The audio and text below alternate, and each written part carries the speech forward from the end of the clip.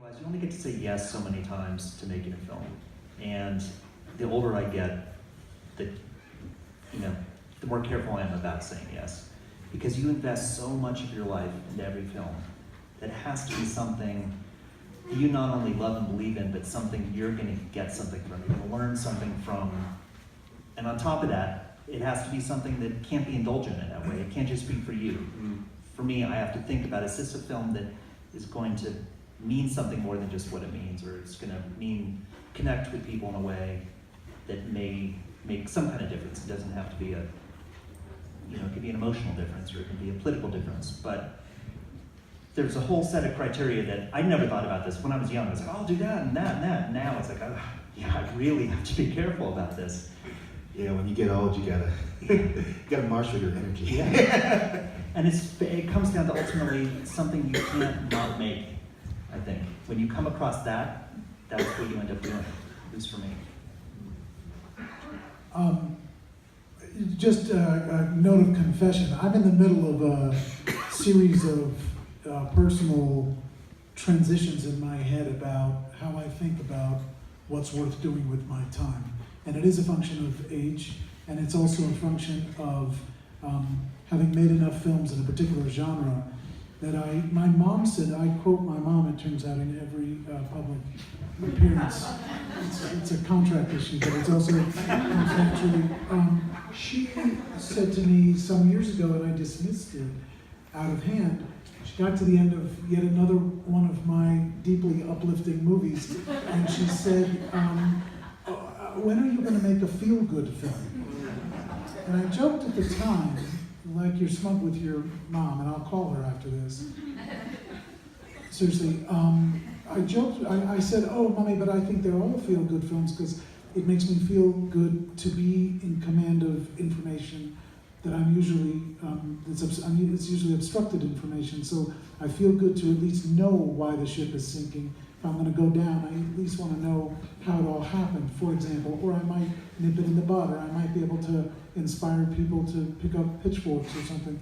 So we had this whole feel-good conversation, but in truth, she was right from the lights I now have, because one of the things that happened due to the collapse of confidence in mainstream journalism, which happened on all of our watch, and all of us up here, we rose into the breach and said, well, where mainstream journalism is failing because it's falling prey to forces of capitalism invading newsrooms, access, corporate interests, corporate interconnectedness with power, well, we can pick up that slack. And there's been a movement of these films over the last quarter century that have been enormously important to the public discourse, that we understand more about our times. I can name the films of just these filmmakers up here that have contributed to my understanding of how this world works where the mainstream is failing. So that's the good news. The bad news about that is that I feel, for my own purposes, it backed me into a cul-de-sac where I woke up one day recently and I thought, I'm a merchant of despair. They're running a very painful, very exploitative world, and that guy makes the money, and that guy makes the bombs, and that lady, she's the one running the government, and that guy, and me, I'm the one who profits from the storytelling about it. But there's a prisoner in California named Spoon Jackson who said, what good is the media if it stops no wars, eases no suffering, and just comes back to film the dead and dying? And it stuck with me that I wanted to get to a place, and I'm trying to get there. And I hope maybe The King is a step, but it's only a step. I was going to ask, is The King your feel-good movie? It's a step. It has some feel-good, but what it mostly has is it was a realization on my part that the films that shaped me growing up and made me want to care about the world, they were not the films of complaint. They were Mr. Rogers, Was Free to Be You and Me, Willy Wonka, It's a Wonderful Life. I liked the documentaries in school because I didn't have to go to class. I was delighted to sit there and watch them run those tractors around the farms. That was mesmerizing. But I was moved to do this all because so this is a long-winded way of asking you if I can have a ticket to your movie. Because the fact is, wow, that is the best schmoozing I have ever seen at Sundance, and that is a high bar. But in truth, Yes, but yes. in truth, he's not depressing, and the reason for that is that if your adversary, and we now have a real example of this adversary, but if your adversary throws brush fires at you all the time, you scramble around putting out brush fires, and you get into this Stockholm syndrome of taking pride that you put out these individuated brush fires, and you've never built, let alone a firehouse, you never built a rec center for kids. You never did something that would make the road walking. So I'm trying to figure out how to do that, whether it's only in documentary or in a mix of documentary and storytelling that can go beyond that. But that's boring, how you get there. The point is that to me, these things want to play on several levels. And so when I saw that the Mr. Rogers film, for example, was here, that's extraordinarily important that we be reminded. I mean, every single one of us was branded by When We Were Kings. Branded by it. It's in my soul in a way that very few other things are. And that's just an extraordinary story of heroism against odds. So anyway, I'm very focused on that. I'm not sure how this started, but I'd like it to be. Number one. You were talking about your mom kind of having a conversation with you. It was my Uncle Phil that had that conversation with me after he'd had a couple of martinis, and he pulled me aside in the kitchen at my mom's 90th birthday, and he said, Steve, can't you do some more stuff kind of like that Ken Burns guy?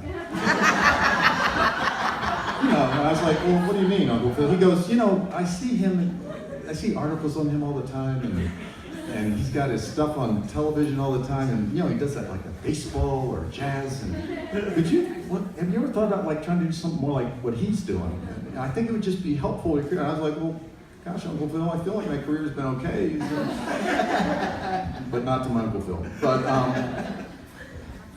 But you know, what I find that drives me in terms of stories that I want to tell, I mean, there's no one simple answer to it, but there's a couple of things that stand out, which is I often tackle films about subjects that I feel really unsettled about myself. So like when I did this film, The Interrupters, a few years ago, it struck me that I would read the newspaper every day in Chicago, and I would see all these articles about the violence that was going on in neighborhoods in Chicago and the way in which it was being written about.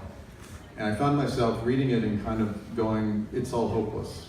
It's all hopeless what's going on here. There's nothing, what can you say? What can you do? Nothing. And I was really bothered by that, my own reaction to that. That was an honest feeling I would have when I read this, and I felt a need, and working with my colleague on that, who wrote this great article, Alex Kowalewicz, who's a great writer, wrote an article about this organization, that motivated me for wanting to do it. It also was motivated by the fact that I'd seen in some of the subjects from Hoop Dreams who had lost loved ones to violence, that it felt like this was something I needed to try to grapple with in a film somehow.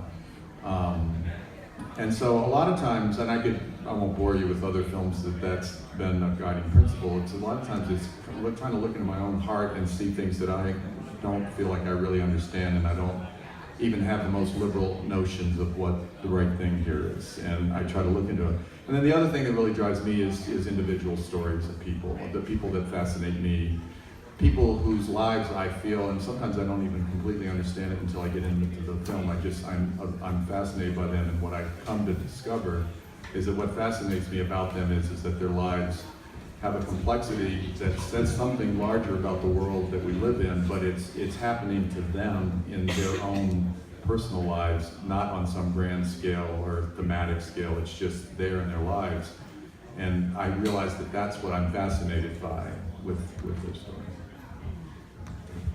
I don't think we're merchants of despair. I see our whole society as like a human body, not like a human body, as a human body. And I think that everybody who has a profession in our society, even people who don't, are part of that body. There are people who are the sight. There are people who are the ears. They can't help it. It's who they are. They're the blood, the heart. They are the limbs. And we tend to be in that little thought center. We want to kickstart conversation. We want to shine the disinfecting light. We want people to reconsider who we are and what our society is. And That's what documentary does. And everyone on this panel, as I've been listening to you, you're all having a conversation. You've got a conversation that is evolving with your films. I'm hearing the American dream bothers you if somebody's thwarted in their bank, or if they're thwarted in their hoop dreams, or if they're thwarted because Chicago is not living up to the dream of what it was supposed to be. And you're all about, why can't we have access to the information we need in order to function as a democracy? And do we have a democracy anymore if we don't have the information? And fame, who are we with fame, and what is fame for? And why are we a society obsessed with fame? And how can we use fame to further ourselves as a culture instead of just being something that's eye candy for all of us and means nothing, it's just sugar. And you know, I think your films are the great conversation about race in America. And for me, it's how do we make our mark as women, and how do we deal with power when it's something that has been barred from us in so many ways and we haven't even known it. I mean, these are conversations we all think we have to have, or this society does not evolve in the way it needs to. And I think what you need to do if you want to be a filmmaker is figure out what that conversation is that you need the culture to start tackling and push it beyond where it's happening right now. Then I think that the films that you're making will come to you, because it will be, your next film will be the film that moves that conversation for you a little bit further forward.